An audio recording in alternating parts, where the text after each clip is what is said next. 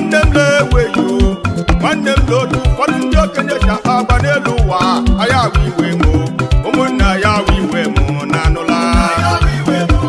ụmụnna ya awụ iwe m onye zara nze zere arụ na anụla iwuru okenye dike nkechi ji n'ezu ụka onye wuchipụ ya bika tụzi na-asị aya awụ iwe